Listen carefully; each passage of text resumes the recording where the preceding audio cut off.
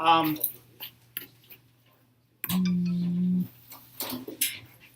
this connect.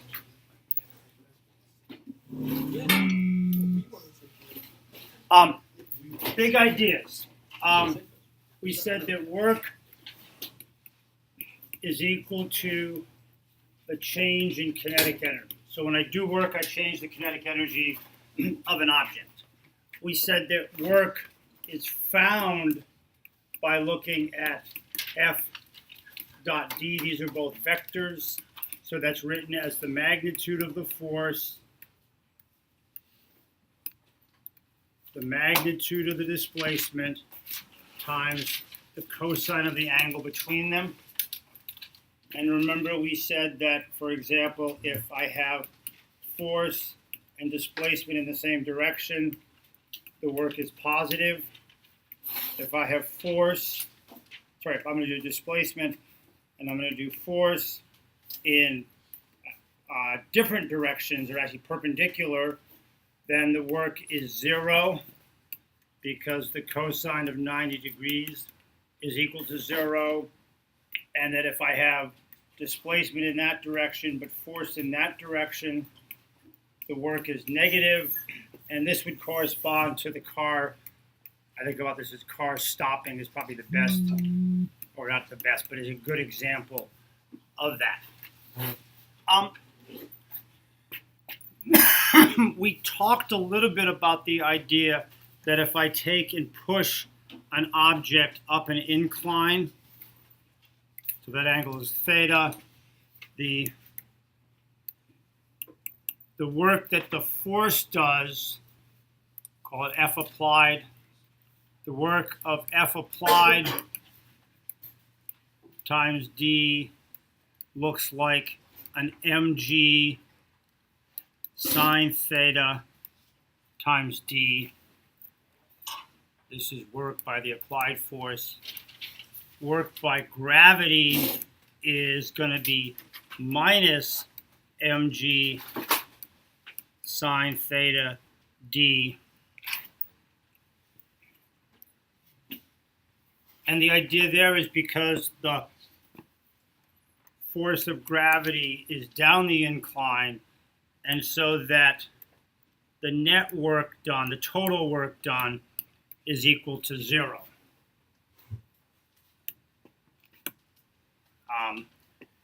And that's conditioned upon the fact that V0 is equal to V final, so there's no change in kinetic energy.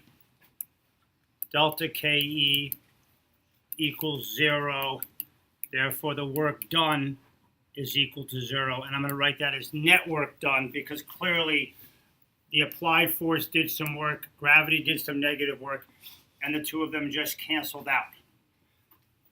This tends to make people wonder what's going on here. So we give this a special name.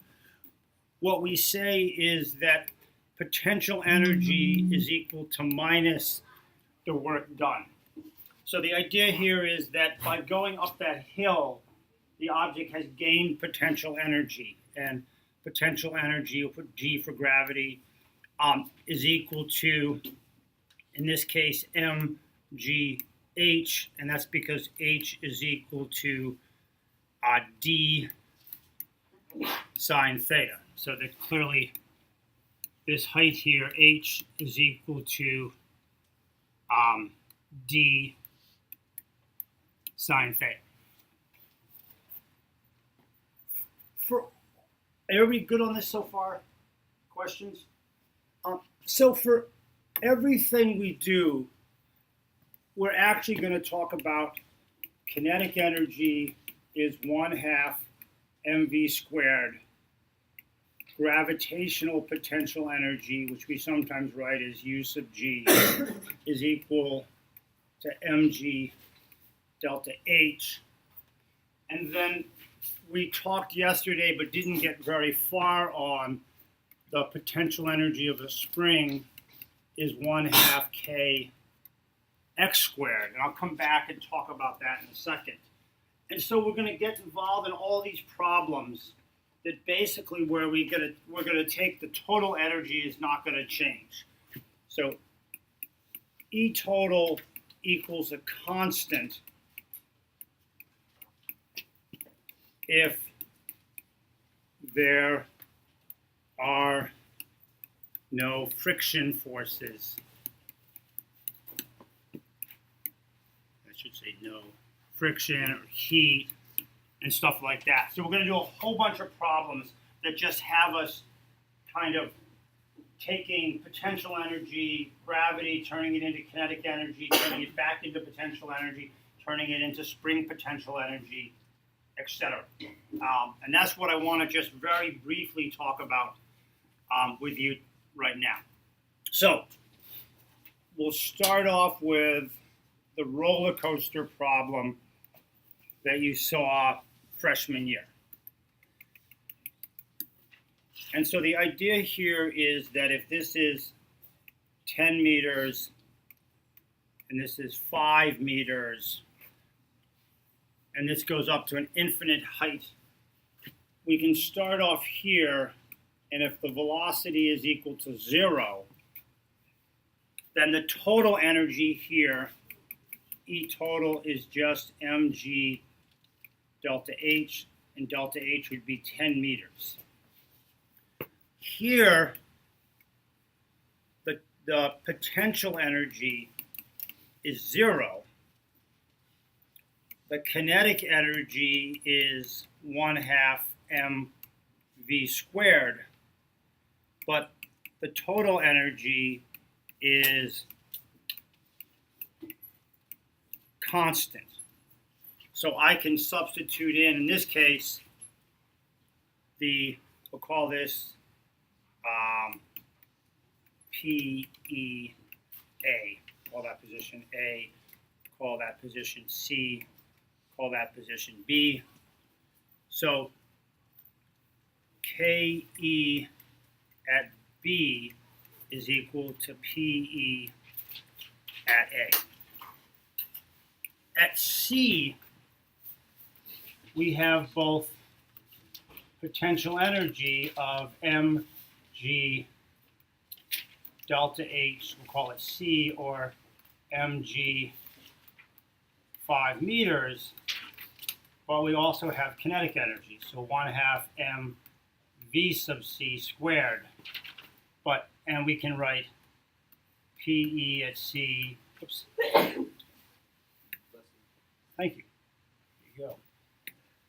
PE at C plus KE at C is equal to that E total.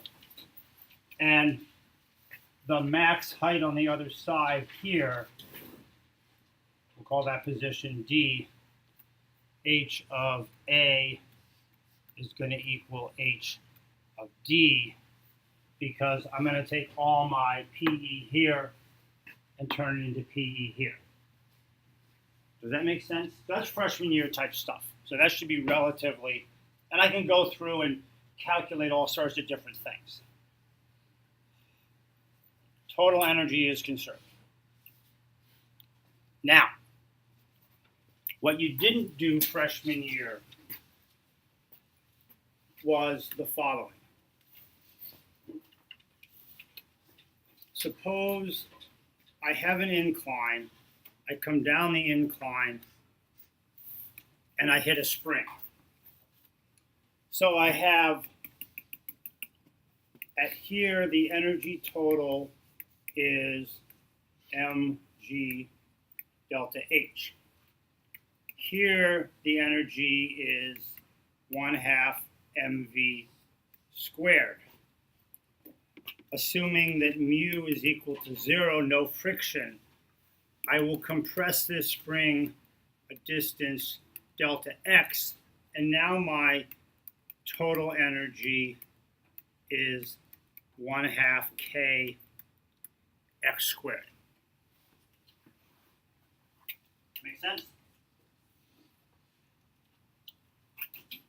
So the way that this gets interesting is, suppose I have a platform on a spring, and I set a mass on it. It starts out by going down some distance, delta x. And that distance that it goes down is given by mg, the force of gravity, is going to equal to kx, the spring force. So I come along here and I gently place a mass on here. It's going to send it down some distance. Does that make sense? Is that clear? If I then, and I can use that to to determine what the spring constant is. The spring constant is going to be force per, unit distance.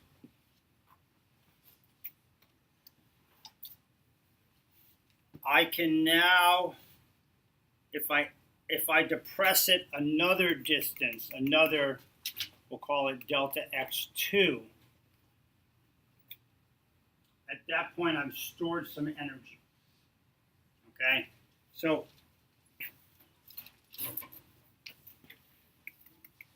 the point that we have to do now is, if I want to figure out what's going to happen, I place the mass on here, I depress it. If I release it, what's going to happen to that mass? Yep. So it's going to move. It's going to pop up, right? Yeah. So now all of a sudden, this just becomes an energy problem. So at this point right here, we'll call that point A. At point A, we're going to say that the potential energy due to the spring is 1/2 k x total, quantity squared. Okay, where x total is equal to what I've called delta x plus delta x2.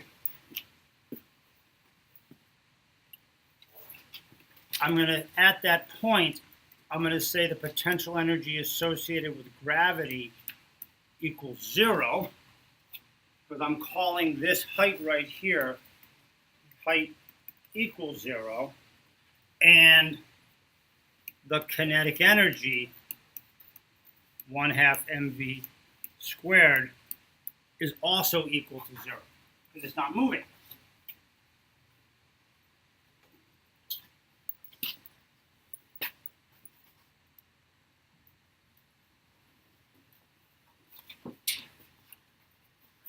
And if I release it, I can write an expression for the velocity or the height at any time by just adding up these three expressions. So this in general would be mg delta h. So if I wanted to get the total height, for example, the total height would be, so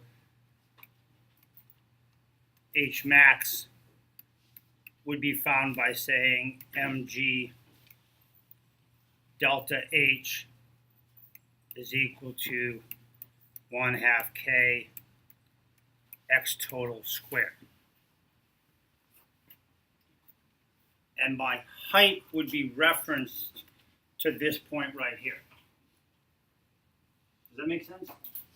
Right? You got to be careful. You got to define a height for 0, and you can do whatever. You can declare any point you want to have a height of 0. The two useful points for h equals 0 are either the delta x equals 0 point or the x total point. Would be the two places where you could say h is equal to 0, and I'll call that h prime equals 0. So sometimes you might want to decide that this was the 0 point. If you did that, then you would end up with, when you depressed it,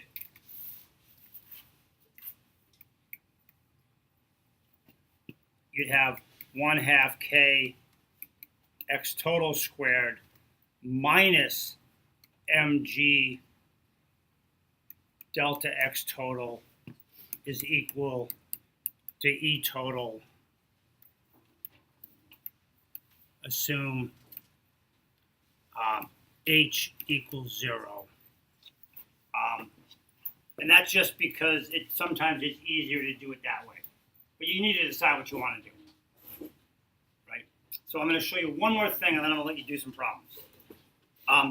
The other kind of classic problem is as follows. Block on incline, spring, block, slides down incline, hits spring, depresses at a distance, delta x. For this problem, I like to declare the rest position h of 0. And then at the bottom, E total is 1/2 K x squared minus the change in the height. And what's the change in the height? How would I get that? What is change in height in this case? Is it just mg delta x? No, what is it? Yep.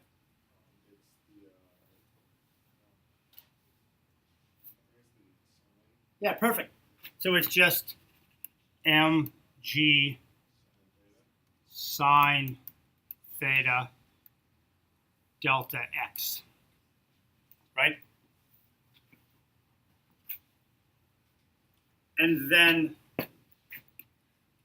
height max, the energy there would look like E total is mg, let's assume it goes a distance d, and then I'm defining that d to be from this point right here, from the h equals 0 point,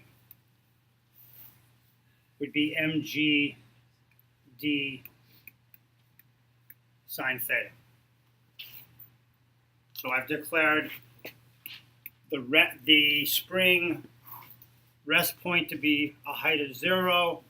It gets depressed a distance delta x when the spring hits it. So the energy total when the spring is compressed and it's also a little lower is given by this. And then at this point, I can write an expression for the velocity at any point. I will tell you there's a classic question that gets asked, and that is, where is V greatest? Where is the velocity greatest? Sam? I would say of the box. Yeah. I would say right before it touches the spring. Okay. Anybody else want to? Why? Because it's been accelerating down the slope the longest at that point. It also might be right when it pushes off from the spring.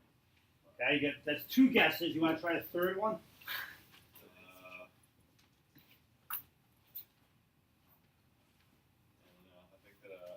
I'll save my third wish. You say your third one? I'll save my third wish for later, if that's okay. I'll invest it. What's the first step to solving any physics problem? Free body diagram. Free body diagram. So I'm going to draw a free body diagram of the box on the incline right here. Right? So what forces are acting on the box where you said it's going to have the maximum velocity?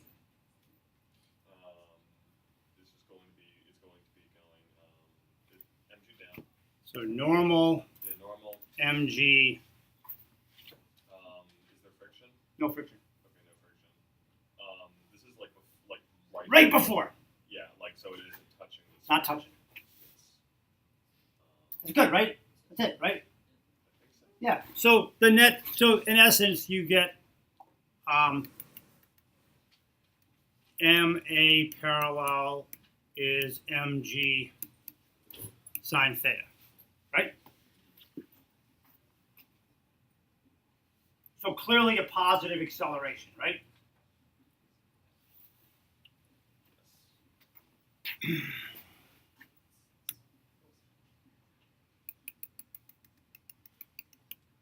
What's the free body diagram look like after it's compressed the spring a little bit? I think that the spring will be exerting a force back, so it's kind of up the incline. So yeah, let me get a smaller pen, thank you. So there'll be a kx force in that direction, mg force in that direction, normal force in that direction. MA parallel is going to be mg sine theta minus kx, correct? That makes sense? So right after it collides, right after it hits the spring, is that acceleration positive or negative? Ian, right after it hits the spring, is that acceleration going to be positive or negative? It's decelerating. No, it hits the spring. It's accelerating. That number is bigger than that number, right? So it still has a positive acceleration. It's got a positive acceleration. What does it tell you about its speed? Is it getting bigger or small? It's getting smaller. It's bigger, right? It's getting bigger, right? If A is positive, then the velocity is getting positive. So it's going to keep on having a positive acceleration until what condition?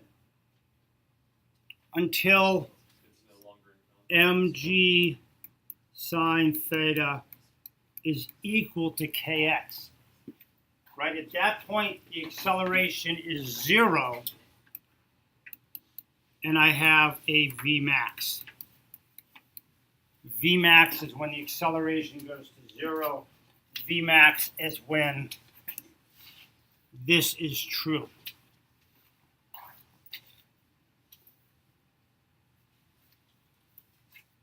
So remember that and you'll get points on the test. Okay. Super.